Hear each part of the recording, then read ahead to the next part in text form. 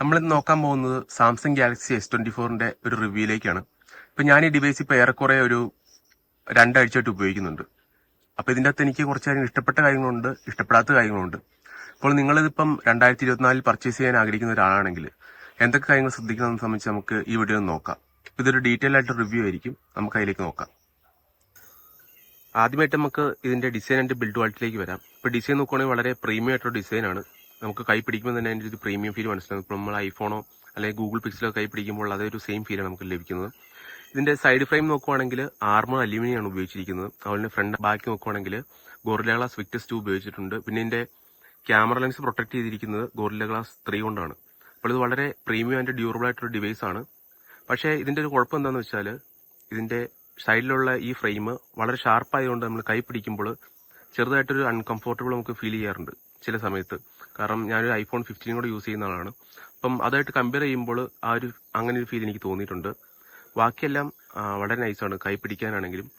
പക്ഷേ ഇതിന്റെ ഒരു ഏറ്റവും വളരെ വലിയൊരു പോരായ്മയായിട്ട് എനിക്ക് തോന്നിയിട്ടുള്ള കാര്യം ഇതിന്റെ ഡിസൈനും സാംസങ്ങിന്റെ മിഡ് റേഞ്ചിനുള്ള സ്മാർട്ട് ഫോണിന്റെ ഡിസൈനും ഏറെക്കുറെ സിമിലർ ആയതുകൊണ്ട് നമുക്കിതിപ്പോൾ S24 ആണോ അതോ അവരുടെ മിഡ് റേഞ്ച് സ്മാർട്ട് ഫോൺ ആണോ എന്ന് ഒറ്റ നോട്ടത്തിൽ കാണുമ്പോൾ നമുക്ക് മനസ്സിലാവത്തില്ല. ഇനി ഇതിന്റെ ഡിസ്പ്ലേയിലേക്ക് വരാം. ഇതിന്റെ ഡിസ്പ്ലേ എന്ന് പറയുന്നത് ഒരു LTPO OLED ഡിസ്പ്ലേ ആണ്. ഏകദേശം 2600 നിറ്റ്സ് ഇതിന് ബ്രൈറ്റ്നസ് ഉണ്ട്. HDR10+ ഒക്കെ സപ്പോർട്ടും ഉണ്ട്. വളരെ നല്ല ബ്രൈറ്റ് ആയിട്ടും വ്യൂഡ് ആയിട്ടുള്ള ഒരു ഡിസ്പ്ലേ ആണ്. ഇപ്പം ഔട്ട്ഡോർ ഒക്കെ നമ്മൾ ഇറങ്ങുകയാണെങ്കിൽ വിസിബിലിറ്റി വൈസ് നമുക്ക് ഒരു ഇഷ്യൂസും ഇതിന്റെ അകത്ത് വരാനില്ല. ഇതിന്റെ ഡിസ്പ്ലേ നമ്മൾ HDR വീഡിയോ കാണുവാണെങ്കിൽ നല്ലവണ്ണം ബ്രൈറ്റ് ആവുന്നുണ്ട്, നല്ല വ്യൂഡാണ്. അപ്പം വീഡിയോ ഒക്കെ കാണാനും വളരെ നല്ല ഡിസ്പ്ലേ എന്ന് പറയാൻ പറ്റും. ഏകദേശം 416 പിക്സൽസ് ഇതിന് വരുന്നുണ്ട്, പിക്സൽ പെർ റേഞ്ച് വരുന്നുണ്ട്. അവിടെ തന്നെ ഡിസ്പ്ലേ വളരെ നല്ലതാണ്, നല്ല ഷാർപ്പാണ്. ഏത് ആംഗിളിൽ നോക്കിയാൽ നമുക്ക് കളർ ഷിഫ്റ്റിങ്ങോ അങ്ങനെയുള്ള ഇഷ്യൂസ് ഒന്നുമില്ല. അപ്പം ഡിസ്പ്ലേ വൈസ് വളരെ നല്ലൊരു ഡിവൈസ് നമുക്ക് പറയാൻ പറ്റും. ഇതിൽ യൂസ് ചെയ്തിരിക്കുന്ന ഒരു ultrasonic in display fingerprint സ്കാനറാണ്. അത്യാവശ്യം നല്ല ഫാസ്റ്റ് ആണ്. ഫിംഗർ പ്രിന്റ് രജിസ്റ്റർ ചെയ്യുന്ന പ്രത്യേകിച്ച് പ്രശ്നങ്ങളൊന്നും ഉണ്ടായിട്ടില്ല ഇതുവരെ. എല്ലാ കണ്ടീഷനിലും വർക്കും ആവുന്നുണ്ട്. അപ്പോൾ ഇച്ചിരി വെള്ളമൊക്കെ പറ്റിയിരിക്കുകയാണെങ്കിൽ തന്നെ രജിസ്റ്റർ ആവുന്നുണ്ട്. അപ്പം ആ നിർത്തി നോക്കുകയാണെങ്കിൽ യാതൊരു ഇഷ്യൂ ഇല്ല. പിന്നെ ഇതിൻ്റെ അകത്ത് നമുക്ക് IP68 വാട്ടർ റെസിസ്റ്റൻസ് റേറ്റിംഗ് കിട്ടുന്നുണ്ട്. അപ് ടു 1.3 മീറ്റേഴ്സ് 30 മിനിറ്റ് ആണ് അവർ പറയുന്നത്. അപ്പോൾ എങ്കിൽ ഇപ്പോൾ നമ്മളിപ്പം പുറത്തിപ്പം പോവുകയാണെങ്കിൽ പെട്ടെന്നൊരു മഴ നനയോ അല്ലെങ്കിൽ ജസ്റ്റ് ഒന്ന് വെള്ളത്തിൽ വേണം നോക്കുന്നത് പ്രത്യേകിച്ച് ഒന്നും പറ്റാനൊന്നുമില്ല. അപ്പം അത് വളരെ നല്ലൊരു കാര്യമായിട്ട് തോന്നി. ഇതിന് 2 സ്പീക്കേഴ്സാണ് വരുന്നത്, ഒന്ന് ടോപ്പിലും ഒന്ന് ബോട്ടത്തിലുമാണ്. സ്പീക്കർ വൈസ് നോക്കുകയാണെങ്കിൽ നല്ല ലെറ്റ് ലൗഡ് ആവും. ഏറ്റവും ബെസ്റ്റ് സ്പീക്കേഴ്സ് ആണെന്ന് ചോദിച്ചാൽ ഞാൻ പറയും ഏറ്റവും ബെസ്റ്റ് സ്പീക്കേഴ്സ് അല്ല. കാരണം ഇപ്പം ഐഫോൺ 15 ഒക്കെ ആയിട്ട് കമ്പയർ ചെയ്യുമ്പോൾ ഇതിന് ആ ഒരു ബേസോ അല്ലെങ്കിൽ ആ ഒരു റിച്ച്നെസ് വളരെ കുറവാണ്. ഫ്ലാറ്റ് ആയിട്ടുള്ളൊരു സൗണ്ട് പ്രൊഫൈലാണ് തോന്നുന്നത്. ഇപ്പം ഡോൾബി അറ്റ്മോസ് സപ്പോർട്ടൊക്കെ ഉണ്ട്, എങ്കിലും നമ്മൾ കമ്പയർ ചെയ്യുമ്പോൾ അങ്ങനെ ഡിഫറൻസ് നമുക്ക് തോന്നും. പെർഫോമൻസ് വൈസ് നോക്കുകയാണെങ്കിൽ ഇതിൽ യൂസ് ചെയ്തിരിക്കുന്ന ഒരു എക്സിനോസിന്റെ പ്രൊസസ്സറാണ്. വളരെ ഫാസ്റ്റ് ആയിട്ടുള്ള പ്രൊസസ്സറാണ്. പക്ഷേ ഇതിന്റെ പ്രശ്നം എന്ന് പറഞ്ഞാൽ ചില സമയത്ത് ഇത് ചൂടാവാറുണ്ട്. നമ്മളിപ്പം വീഡിയോ റെക്കോർഡിംഗ് ഒക്കെ ചെയ്യുമ്പോൾ വളരെ നല്ല രീതിയിൽ ചൂടാവും. ഇപ്പോൾ വീഡിയോ എഡിറ്റ് ഒക്കെ ചെയ്യുന്ന സമയത്ത് ഞാൻ ചില സമയത്ത് ഫ്രീസിങ് അനുഭവപ്പെട്ടിട്ടുണ്ട്. അപ്പം അത്ര വലിയ പ്രശ്നമൊന്നുമില്ല. എന്നാലും നമ്മളിപ്പോൾ സ്നാപ്ഡ്രാഗൺ ഒക്കെ ആയിട്ട് കമ്പയർ ചെയ്യുവാണെങ്കിൽ അങ്ങനെ ചില ഇഷ്യൂസ് ഉണ്ട്. ഇപ്പോൾ ഇതിന്റെ ഗ്ലോബൽ വേരിയൻസിലൊക്കെ വരുന്ന സ്നാപ്ഡ്രാഗൺ ആണ്. അതിനേക്കാളും വളരെ നല്ല ചിപ്പാണ്. എഫിഷ്യൻസി വൈസ് ആണെങ്കിലും പെർഫോമൻസ് വൈസ് ആണെങ്കിലും എക്സിനോസിനേക്കാളും നല്ല ചിപ്പാണ്. സാഡ്ലി നമുക്ക് ഇന്ത്യയിൽ നമുക്ക് ലഭിക്കുന്നത് എക്സിനോസ് വെർഷനാണ്. പ്രത്യേകിച്ച് നമുക്കിപ്പോൾ അതിൻ്റെ അടുത്തൊന്നും ചെയ്യാനില്ല. അത്ര മോശം ചിപ്പൊന്നുമല്ല, എങ്കിലും ആസ് കമ്പയർഡ് ടു അതേഴ്സ് നമ്മൾ നോക്കുകയാണെങ്കിൽ ഇതിന് ചില പോരായ്മകളുണ്ട്. ഡേ ടു ഡേ ലൈഫ് നമ്മൾ നോക്കുകയാണെങ്കിൽ പെർഫോമൻസ് ഒന്നും ഒരു ഇഷ്യൂസ് ഇല്ല. നോർമൽ ടാസ്ക് നമ്മൾ നോക്കുകയാണെങ്കിൽ നമുക്ക് ഗെയിം കളിക്കാനും മറ്റുള്ള കാര്യങ്ങൾക്കും അങ്ങനെ വലിയ പ്രശ്നങ്ങളൊന്നും അനുഭവപ്പെടുന്നില്ല. പക്ഷേ ഹീറ്റിംഗ് ഉണ്ട്. ഇനി എനിക്കിതിൽ ഏറ്റവും ഇഷ്ടപ്പെട്ട ഒരു കാര്യം എന്ന് പറഞ്ഞാൽ ഇതിന്റെ One UI തന്നെയാണ്. ഇപ്പം നമ്മുടെ സ്മാർട്ട് ഫോൺ എടുക്കുകയാണെങ്കിലും നമ്മൾ പ്രധാനപ്പെട്ടതായി നോക്കുന്ന അതിന്റെ ഉപയോഗിച്ചിരിക്കുന്ന OS ഏതാണെന്നാണ്. അപ്പം അത് വെച്ച് നോക്കുവാണെങ്കിൽ One UI അടിപൊളിയാണ്. കാരണം ഞാൻ മറ്റ് പല ആൻഡ്രോയിഡ് OS ഉപയോഗിച്ചിട്ടുണ്ട്. അതിനെനിക്ക് ഏറ്റവും ഇഷ്ടപ്പെട്ടത് One UI ആണ്. One UIയും പിക്സലിന്റെയും. അപ്പം ഇത് വെച്ച് നോക്കുകയാണെങ്കിൽ ഓൾമോസ്റ്റ് വളരെ നല്ല എക്സ്പീരിയൻസ് ആണ് One UI നമുക്ക് നൽകുന്നത്. ഇഷ്ടംപോലെ കസ്റ്റമൈസേഷൻസ് ഉണ്ട്. നമുക്ക് ഇഷ്ടമുള്ള രീതിയിൽ ഫോൺ കസ്റ്റമൈസ് ചെയ്യാം. അതുപോലെ തന്നെ ഫർദർ ആയിട്ടുള്ള കസ്റ്റമൈസേഷൻ ഗുഡ് ലോക്ക് എന്ന് പറഞ്ഞ ആപ്ലിക്കേഷൻ ഉണ്ട്. നമുക്ക് ലോക്ക് സ്ക്രീൻ ഒക്കെ വളരെ നന്നായിട്ട് കസ്റ്റമൈസ് ചെയ്യാം. അപ്പം അങ്ങനെ വെച്ച് നോക്കുകയാണെങ്കിൽ One UI അടിപൊളിയാണ്. പക്ഷേ ഈ One UIന്റെ അകത്ത് കുറേ നാളായിട്ട് സാംസങ് യൂസേഴ്സ് പറഞ്ഞുകൊണ്ടിരിക്കുന്ന ഒരു പ്രശ്നം എന്ന് പറഞ്ഞാൽ ഇതിന്റെ ആനിമേഷൻ സ്റ്റട്ടറാണ്. ചില സമയത്ത് നമുക്ക് ഇത് സ്വൈപ്പ് ചെയ്ത് നമുക്കറിയാം ആനിമേഷൻ സ്റ്റട്ടർ ആകുന്നത്. ഇവിടെ ഇപ്പം സ്വൈപ്പ് ചെയ്യുകയാണെങ്കിലും ചില ഫ്രെയിംസ് സ്കിപ്പായിട്ടാണ് വിടുന്നത്. നമ്മൾ iOSഉം മറ്റ് ഇതൊക്കെ ഉപയോഗിക്കാൻ നമുക്കറിയാം ആ ഒരു ഫ്ലൂഡിറ്റി ആ ഒരു ഇതില്ല.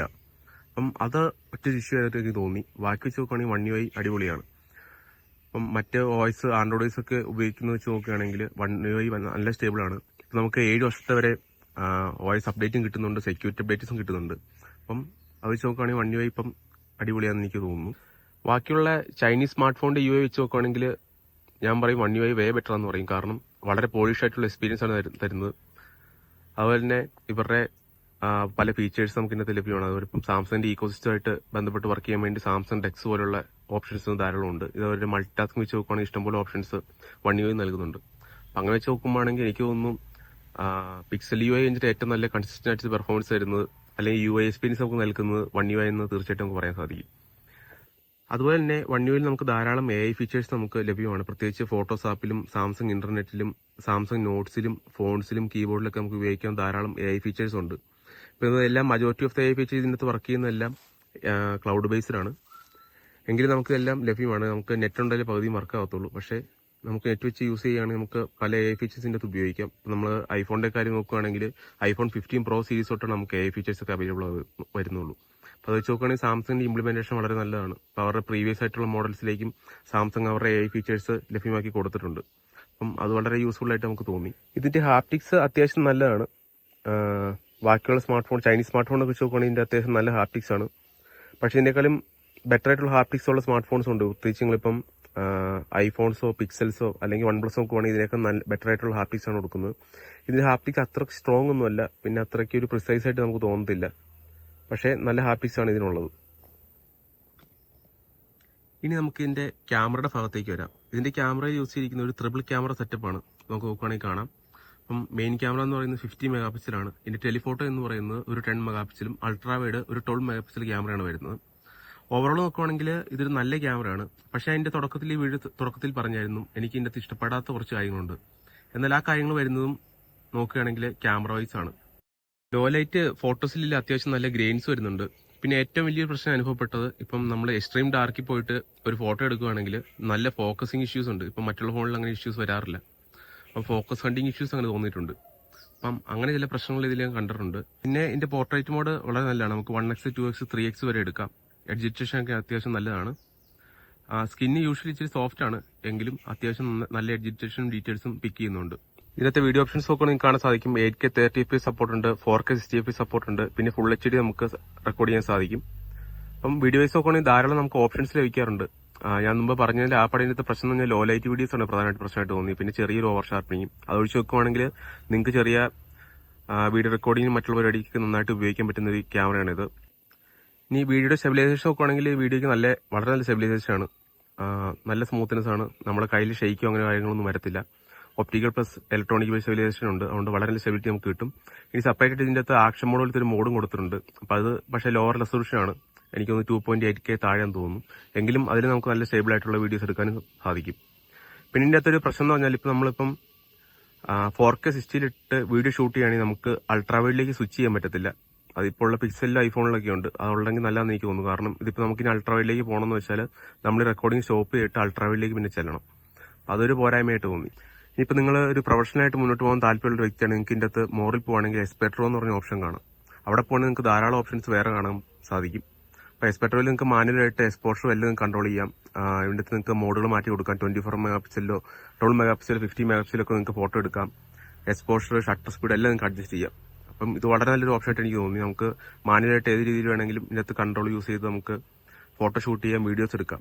ഇതിന്റെ ഫ്രണ്ട് ക്യാമറ വളരെ നല്ലതാണ്. ഞാൻ പേഴ്സണലി ഉപയോഗിച്ച് നോക്കി, എനിക്ക് വളരെ നന്നായിട്ട് ഇഷ്ടപ്പെട്ടു. പേഴ്സണലി എനിക്ക് iPhone 15നേക്കാൾ ഇഷ്ടപ്പെട്ടത് ഇതിന്റെ ഫ്രണ്ട് ക്യാമറയാണ്. ഒരു ഡ്യുവൽ പിക്സൽ ഓട്ടോ ഫോക്കസ് ഉള്ള ഒരു ഫ്രണ്ട് ക്യാമറയാണ്. അതുകൊണ്ട് ഫോക്കസ് ഇഷ്യൂസോ അങ്ങനെ വലിയ പ്രശ്നങ്ങളൊന്നും ഇല്ല. ലോ ലൈറ്റിലാണെങ്കിൽ നല്ല ഡീസെന്റ് ആയിട്ടുള്ള സെൽഫീസ് എടുക്കുന്നുണ്ട്. വീഡിയോസ് കുറച്ച് ഗ്രെയിൻസ് കയറി വരുന്നുണ്ട്, എങ്കിലും അത്ര വലിയ പ്രശ്നങ്ങളൊന്നുമില്ല. അപ്പം ഇതിന്റെ ഫ്രണ്ട് ക്യാമറ വളരെ നല്ലതാണ്. ഈ പ്രൈസ് റേഞ്ചിലുള്ള മറ്റ് സ്മാർട്ട് ഫോണുമായിട്ട് കമ്പയർ ചെയ്യുമ്പോൾ ഇതിന്റെ ക്യാമറ എങ്ങനെയെന്ന് ചോദിച്ചാൽ, ഇപ്പോൾ ഞാൻ പേഴ്സണലി iPhone 15 യൂസ് ചെയ്യുന്നുണ്ട്. iPhone 15ന്റെ ക്യാമറ വെച്ച് നോക്കുകയാണെങ്കിൽ ബെറ്റർ ക്യാമറ സിസ്റ്റം എനിക്ക് തോന്നുന്നു iPhone 15നാണ്. ഇപ്പം പ്രത്യേകിച്ച് അതിന്റെ കളേഴ്സ് വളരെ നാച്ചുറലാണ്. പിന്നെ അതിന്റെ ഡീഫോൾട്ട് 24 മെഗാ പിക്സലിന് എടുക്കുന്നുണ്ട്. ഐഫോൺ ഒത്തിരി ഡീറ്റെയിൽസ് എനിക്ക് ക്യാപ്ചർ ചെയ്യുന്നുണ്ട്. S24 ഡീഫോൾട്ട് 24 മെഗാ പിക്സൽ എടുക്കുന്നില്ല, 12 മെഗാ പിക്സലാണ്. ഇനി നിങ്ങൾക്ക് വേണമെങ്കിൽ 24 മെഗാ പിക്സലിൽ എക്സ്പെക്ട്രോ ഇപ്പോൾ എടുക്കാം. പക്ഷേ അതിന്റെ അകത്തും ഡീറ്റെയിൽസ് ഐഫോണിന്റെ അത്രയും നന്നായിട്ട് തോന്നിയിട്ടില്ല ഇതുവരെ കമ്പയർ ചെയ്തിട്ട്. ഇനി നിങ്ങൾക്ക് വീഡിയോ റെക്കോർഡിംഗ് ആണ് നിങ്ങളുടെ പ്രിഫറൻസ് എങ്കിൽ അതിലും വേ ബെറ്റർ ചോയ്സ് ഐഫോൺ തന്നെയാണ്. ഇപ്പം നമ്മൾ നോക്കുകയാണെങ്കിൽ ലെൻസ് സ്വിച്ചിങ്ങിലും സ്റ്റെബിലൈസേഷനിലും HDR-ലൊക്കെ നോക്കുകയാണെങ്കിൽ ഐഫോണിന്റെ വേ ബെറ്റർ ആണ്. ഇപ്പം ഇതിന്റെ HDR 10+ഉം ഐഫോണിന്റെ ഡോൾബി വിഷനായിട്ട് കമ്പയർ ചെയ്യുമ്പോഴും ഐഫോണിന്റെ വീഡിയോ റെക്കോർഡിംഗ് വേ ബെറ്റർ ആയിട്ട് തോന്നിയിട്ടുണ്ട്.